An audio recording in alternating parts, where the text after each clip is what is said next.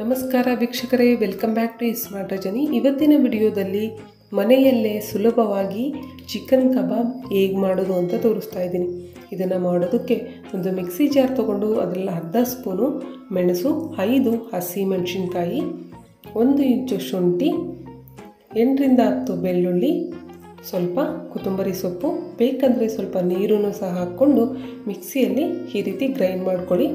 ಈಗ ಇದನ್ನ ಪಕ್ಕಕ್ಕಿಟ್ಟು ಒಂದು ಮಿಕ್ಸಿಂಗ್ ಬೌಲ್ ತೊಗೊಂಡು ಅದರಲ್ಲಿ 1 ಮೊಟ್ಟೆ, ಅರ್ಧ ಕೆಜಿಗೆ 1 ಮೊಟ್ಟೆ ಕಟ್ ಮಾಡಿ ಹಾಕಿ, 1 ಸ್ಪೂನು ಖಾರದ ಪುಡಿ, ಸ್ಪೈಸಿಯಾಗಿ ತಿನ್ನಬೇಕು ಅನ್ನೋ ಆಗಿದ್ದರೆ 2 ಸ್ಪೂನ್ವರೆಗೂ ಹಾಕ್ಕೊಳ್ಳಿ, 1 ಸ್ಪೂನು ಗರಂ ಮಸಾಲ, 1/4 ಸ್ಪೂನು ಅರಿಶಿಣದ ಪುಡಿ, ಚಿಟಿಕೆಯಷ್ಟು ಫುಡ್ ಕಲರು, ಇದು ಆಪ್ಷನಲ್ಲು, 1 ಸ್ಪೂನು ಚಿಕನ್ ಮಸಾಲ, ಅದು ಇಲ್ಲ ಅಂದರೆ ಗರಂ ಮಸಾಲ ಹಾಕಿದ್ರೂ ಸಾಕಾಗುತ್ತೆ, 1 ಸ್ಪೂನು ಲೆಮನ್ ಜ್ಯೂಸು, 2 ಸ್ಪೂನು ಅಕ್ಕಿ ಹಿಟ್ಟು ಅಥವಾ ಕಾರ್ನ್ಫ್ಲೋರು, 2 ಸ್ಪೂನು ಮೈದಾ ಹಿಟ್ಟು, ಸ್ವಲ್ಪ ಕರಿಬೇವಿನ ಸೊಪ್ಪು, ಸ್ವಲ್ಪ ಕೊತ್ತಂಬರಿ ಸೊಪ್ಪು, ಒಂದು ಸ್ವಲ್ಪ ಪುದೀನ ಹಾಕಿ, ಆನಂತರ ಮಿಕ್ಸಿಯಲ್ಲಿ ಗ್ರೈಂಡ್ ಮಾಡಿರುವಂಥ ಮಸಾಲ ಪೇಸ್ಟು ಸಹ ಹಾಕಿ, ರುಚಿಗೆ ತಕ್ಕಷ್ಟು ಉಪ್ಪು ಹಾಕಿ, ಈಗ ಇದನ್ನು ಚೆನ್ನಾಗಿ ಮಿಕ್ಸ್ ಮಾಡಿ. ಫಸ್ಟು ಈ ರೀತಿ ಮಿಕ್ಸ್ ಮಾಡಿ ಆದಮೇಲೆ ಅರ್ಧ ಕೆಜಿ ಚಿಕನ್ನು, ನೀವು ಬೋನ್ಲೆಸ್ ಚಿಕನ್ ತೊಗೊಂಡ್ರೂ ಪರವಾಗಿಲ್ಲ, ವಿತ್ ಬೋನ್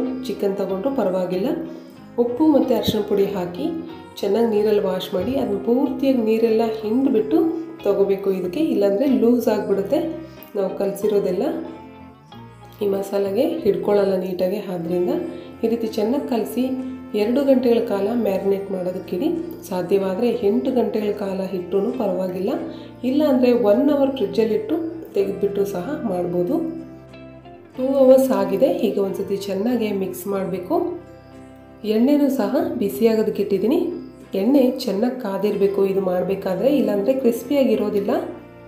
ಚೆನ್ನಾಗಿ ಕಾದಿರುವಂತಹ ಎಣ್ಣೆಯಲ್ಲಿ ಈ ರೀತಿ ಒಂದೊಂದೇ ಪೀಸ್ ತೊಗೊಂಡು ಬಿಡಿ ಬಿಡಿಯಾಗಿ ಹಾಕಿ, ಕೆಳಗಡೆ ಭಾಗ ಸ್ವಲ್ಪ ಫ್ರೈ ಆದಮೇಲೆ ಇದನ್ನು ಆ ಕಡೆ ಈ ಕಡೆ ಈ ರೀತಿ ಟರ್ನ್ ಮಾಡ್ತಾ ಇರಬೇಕು.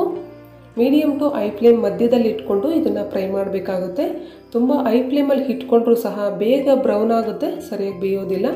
ಲೋ ಫ್ಲೇಮಲ್ಲಿ ಇಟ್ಕೊಂಡ್ರೆ ಏನಾಗುತ್ತೆ ಅಂದರೆ ಕ್ರಿಸ್ಪಿ ಆಗೋದಿಲ್ಲ, ಮೇಲ್ಗಡೆ ಇರುವಂತಹ ಕೋಟಿಂಗು ಕಿತ್ತೋಗೋ ಚಾನ್ಸಸ್ ಇರುತ್ತೆ. ಆದ್ದರಿಂದ ಹೈ ಟು ಮೀಡಿಯಮ್ ಫ್ಲೇಮ್ ಮಧ್ಯದಲ್ಲಿ ಇಟ್ಕೊಂಡು ಚೆನ್ನಾಗಿ ಫ್ರೈ ಮಾಡ್ಕೋಬೇಕು. ಈ ರೀತಿ ಗೋಲ್ಡನ್ ಬ್ರೌನ್ ಆಗುವವರೆಗೂ, ಆಗಲೇ ಗೊತ್ತಾಗುತ್ತೆ ಕ್ರಿಸ್ಪಿ ಆಗಿರೋದು ನೋಡಿಬಿಟ್ಟು. ಈ ರೀತಿ ಒಂದು ಪ್ಲೇಟ್ಗೆ ತೆಗೆದಾಕಿ, ಇದೇ ರೀತಿಯೇ ನಾನು ಎಲ್ಲವನ್ನು ಮಾಡಿ ತೊಗೊಂಡಿದ್ದೀನಿ ನೋಡಿ. ಇದಕ್ಕೆ ಈರುಳ್ಳಿ ಮತ್ತು ಲೆಮನ್ ಜೊತೆ ಸರ್ವ್ ಮಾಡಿ ಸೂಪರಾಗಿರುತ್ತೆ. ಕ್ರಂಚಿನೆಸ್ ನೋಡಿ, ಸೌಂಡ್ ಬರ್ತಾ ಇದೆ, ನಿಮಗೆ ಗೊತ್ತಾಗ್ತಾ ಇರ್ಬೋದು. ಒಳಗಡೆನೂ ಸಹ ಪರ್ಫೆಕ್ಟಾಗಿ ಫ್ರೈ ಆಗಿದೆ, ತುಂಬ ಟೇಸ್ಟಿಯಾಗಿರುತ್ತೆ. ಇಷ್ಟ ಆದರೆ ಲೈಕ್ ಮಾಡಿ ಫ್ರೆಂಡ್ಸ್, ನಿಮ್ಮ ಫ್ರೆಂಡ್ಸ್ಗೂ ಸಹ ಶೇರ್ ಮಾಡಿ, ಹಾಗೆ ಸಬ್ಸ್ಕ್ರೈಬ್ ಮಾಡ್ಕೊಳ್ಳಿ. Thank you for watching.